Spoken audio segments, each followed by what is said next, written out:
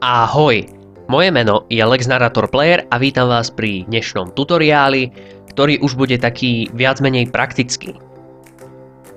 Veľa ľudí chce svoj hlas znížiť, čiže dnes si povieme, ako mať hlbší hlas.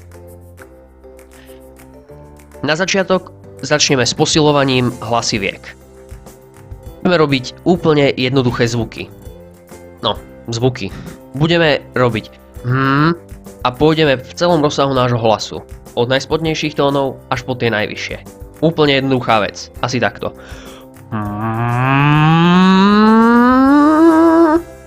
Jednoduché. Teraz to spravte vy.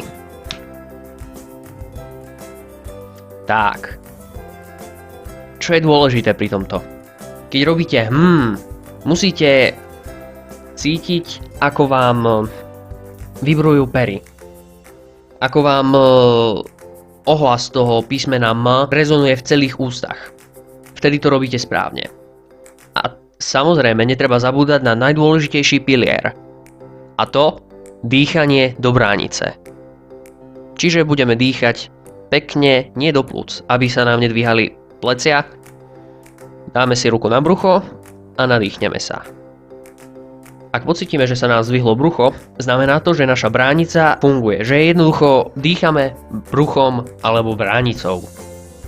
Čiže nadýchnúť sa do bránice a v celom rozsahu svojho hlasu urobiť Čo ďalej urobíme, bude tak trošku cvičenie známe z telesnej výchovy a to, že budeme prikyvovať, ale celým krkom. Tým, že budeme posilovať krčné svalstvo, sa nám uvoľnia hlasivky.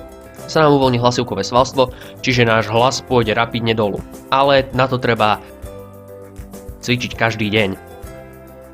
Ako môžete počuť, môj hlas nie je nízky, môj hlas je taký stredný a musím povedať, že neposilujem, ale keď chcem, aby môj hlas znel nižšie, viem to jednoducho urobiť, viem ten svoj hlas znížiť. Hoci kedy to je potrebné. Aby som vám povedal pravdu, momentálne nepoužívam žiadny efekt.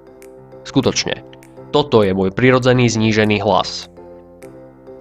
Samozrejme, keď chcete hovoriť zníženým hlasom, musíte do toho hlasu dať viac vzduchu, pretože v hlasivkách sa vytvorí väčší otvor a tým pádom prechádza viac vzduchu. A keď sa budete snažiť hovoriť potichu, bude to znieť ako keby, že máte zachrypnutý hlas. Čiže bude to znieť absolútne zle. Čiže, čo treba spraviť?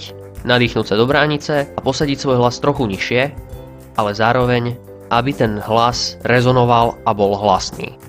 Povedzme napríklad vetu: Adam v škole nesedel, abecedu nevedel. Adam v škole nesedel, abecedu nevedel. A zopakujte ju. A ešte raz. To je ono. To by sme mali v podstate také dva cvičenia, jedno čisto hlasivkové, druhé v podstate také z telesnej výchovy, čiže prikyvovanie. Áno, prikyvovanie, úplne jednoduché. A je potrebné, aby ste pri prikyvovaní bradu dávali až niekde k hrudi, aby ste sa takmer dotýkali hrude. Lebo keď skloníte hlavu, tak automaticky sa vaše hlasivky otvoria a máte hlbší hlas. Čiže týmto posilujete zároveň úplne v podstate celé krčné svalstvo plus ešte aj hlasivky. To by bolo odo mňa asi tak všetko, čo sa týka znižovania hlasu. Ďakujem za pozornosť a prajem vám pekný deň.